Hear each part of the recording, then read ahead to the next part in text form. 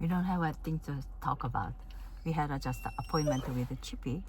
Chippy had a vaccine, many needles.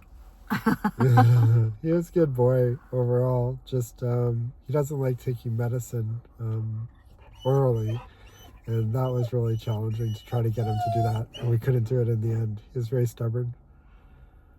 Yeah, he didn't want it. Who wants to take a medicine? Something, he doesn't want it. He'll be better tomorrow. That's right. How's your Saturday doing right after we feed day? Oh, Saturday feels good. I had a really good walk with Chippy in the morning. We let him run around in a dog park. So that made me feel very happy overall. Just getting him out for a walk and watching him have so much fun. This morning I was talking to my client, and before I started it, I told her, feels like we are already deep into the January, but it's only first week of January. I don't know what does that mean. Feels like deep into the January. To me, it's didn't feel, maybe that's it. Didn't feel like I'm overwhelmed by what I have to be done. But who's not busy these days? Everybody's busy. Feels like not fresh January anymore.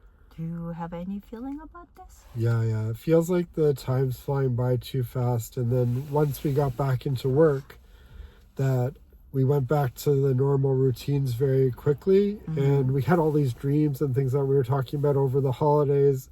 It almost feels like we have all these ideas that we've jotted down, we have on our vision boards, but we're not having the time to move forward with them. And that adds a little bit of stress for me. I'm I want to I know I'm busy and I have all this stuff to do, but there's all these things that I thought of during the holidays when we had a time to reflect and kind of create these visions and vivid visions. And now I want to balance doing all the things I need to do along with ensuring that I'm still working towards those goals and that vision.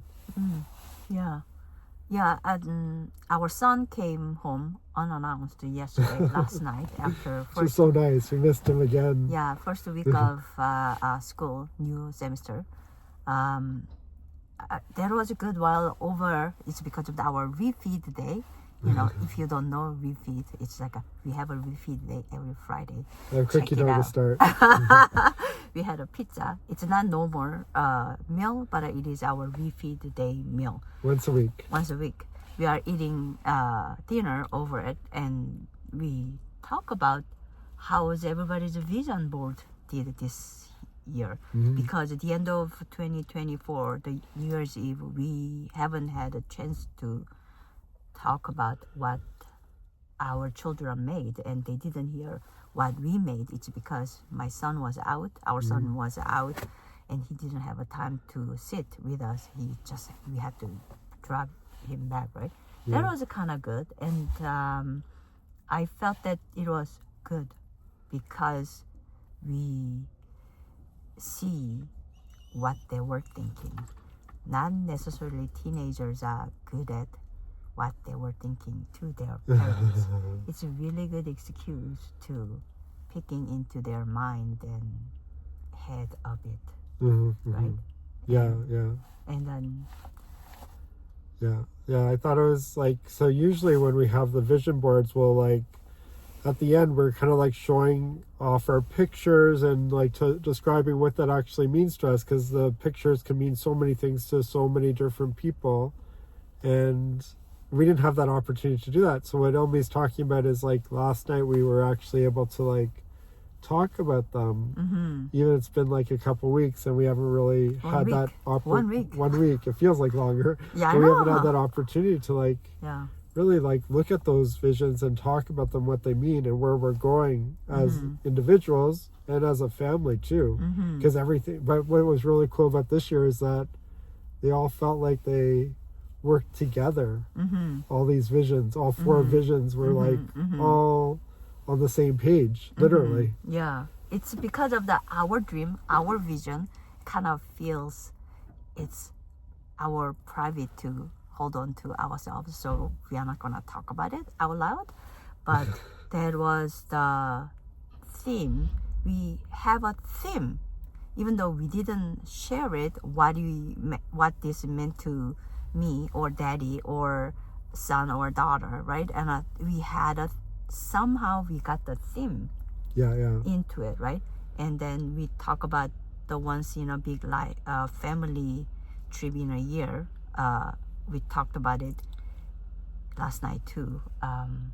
So now we know everybody want to have this destination of where we want to go, and we are working towards it. Mm-hmm. Yeah, so that was good. Mm-hmm. So how is it everybody's doing the beginning of January? Yeah, Happy New Year. Like it's January beginning, first week. Feels like almost mid-January. And I know, yeah. it feels like a lot of pressure. Like I think we built so much pressure about here's all the things we want to achieve in the year, and then when it becomes like this time in January, like yikes, it's going by so quick. We have so much to do, so much to accomplish. So how do we like remember that and like work on that as well? Yeah. Instead of my goal is, if I had a dream, if I'm a designer of my own life's dream, I like to designing the way without compromising, without taking mediocre part. Is because I think I know I'm not gonna get it. So I'm gonna take that part of my dream building out. I know I'm not gonna get it. That part, omit that. I like to go unapologetically get it. I'm not gonna try to make a sentence of saving myself from embarrassment to saying too high bar up. That part. This year, I'm gonna take that out. Okay. That's deep. I saw his eyes rolled. Deep. No, I like that. That's very positive and deep. And then the other thing I was thinking about for you is that you're like looking at what you're doing, like with social media, and then saying, how can I make this better? Or what's actually happening like with other people that are helping them build their communities quicker? And you're analyzing that and you're making changes based on what you're learning. Instead of just like being stuck on doing the same old. Yeah, I know. And that's like a hard thing to do as well, right? Yeah. I want to upgrade it. I want to learn something new if I need to. Feels like it's time for me to move up. Yeah. Yeah. I think so too. Like one of the coolest things happened yesterday. I was at one of my clients, and they were talking about these videos, and they're like, "Oh, that's so cool how you guys are having these discussions and how important these discussions are." And I was like, "Oh, that actually gave me some purpose for what we're doing together." Because even if I'm not really like seeing traction or people aren't liking what we're talking about, people are actually watching it and they're getting to know us, and we're actually like spreading some kind of like message, which I think is really exciting and really invigorating. It makes me want to keep going and doing this even more. Yeah, that was kind of very encouraging because we put it up this video of, I don't know what is my goal for this. What is your goal for this video? Actually, yeah, like I just wanted to like, I think we've learned so many things and just want to talk about those. And my goal is like, if these discussions could help one person, that's like awesome. And then I also feel like as an introvert, people don't really get to know me at all because I'm very introverted. And I'm not like talking about my life and who I am that much. I'm more like listening to people and understanding them and trying to figure out where they're coming from. But this is another way to kind of like let people know that I'm a real person, that I have like wants and dreams just like everybody else. And so I'm able to share who I am through these videos. I don't know what is my goal was. I just I volunteer for his channel. I think you should make it. That's why how it came. So he's introverted. I'm extroverted. But I'm also extroverted, but I like to value my privacy a lot. But when we had a dinner with one of our friend, couple of not last year, right? And he was 2024? 2024. So long ago. That's right. He was shocked. Do you talk like this, right? And this is our talk actually. We didn't think this is a deeper conversation between the old married couple, but this is the way we like to. We are not old. We're only 23 years together. It's not that old. But we talk about this. We share the dreams and hopes, and sometimes we comfort each other, console each other, right? But that got me thinking, if this is our talk can be encouraged to other couples, or just son and dad, or son and mom, right? And a daughter and dad, daughter and mom, or as a family, we can talk about this a little deeper level. I think that would be very fantastic, right? And Yeah, just make it normalize it. Normalize these meaningful conversations, and I miss them, like when we don't have this kind of like chats like with our family over dinner, and kind of getting to know each other and playing with each other and doing fun things together. I miss those kind of like opportunities to get to know each other and have deeper, meaningful conversations. It's so important for us. Yeah, and I'm from Korea. I'm a little bit of this. If I have a goal, I want our children to achieve something. I like to push, even though they said no. And Sean is Canadian. How is your style as a parent? Yeah, I'm more like supportive of what they're thinking about doing, and encouraging and excited for them. I don't know if I push, like, as a parent, and a lot of parents do that kind of push, like, and set the expectations higher for their kids. I feel for myself, I don't know if it's because I'm an introvert, but it's really about them observing me and what I'm doing, and like kind of role modeling, like how to like build a successful life and how much work and hard work it takes to do that. So they see that, and I feel like that's going to help them build their values and their strengths, versus me doing the push. I rather just kind of role model it or show them. So this is actually works for us. I'm pusher. I'm a little bit forceful. Sean is more like blanket and shock observer. So whenever things happen, I go oomph. I know it is too much, but they always have daddy to take the cushions as cushion. He can take that impact, right? Protect them from too much of charging. Too much pushing. But I worry about it when they were young. It's because I go for oomph and a force, and I know I have this too much of this. Hopefully, I don't break them. I know their capacity is bigger, and their strength is bigger than what I worry about it. They are not delicate. They are durable. They are resilient. But I know that. But still, deep down, I was worried. Right? What if they have this barrier to communicate with me, right?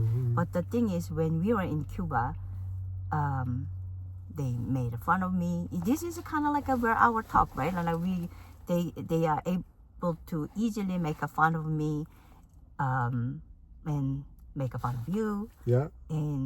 But within the respect, I think, and when they. Yeah, I think this practice of communicating each other, it's not just between the couples. This can be very practiced with all the occasions, with all their other relationships. I want that to be try for other people to do so.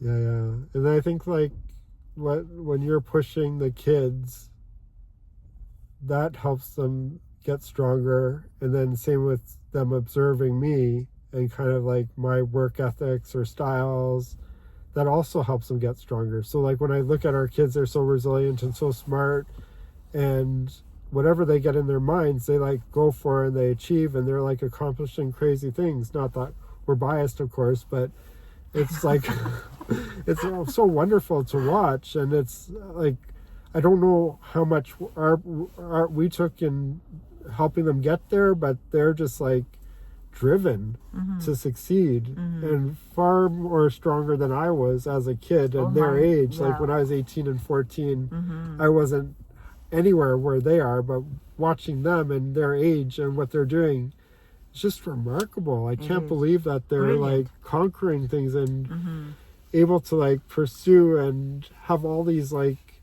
good things about them and their personalities, and they're not rebelling as a teenager. They're like conquering as a teenager. They're like, they're looking at their future and they're going after that future. But still they live their life. Yeah. Yeah.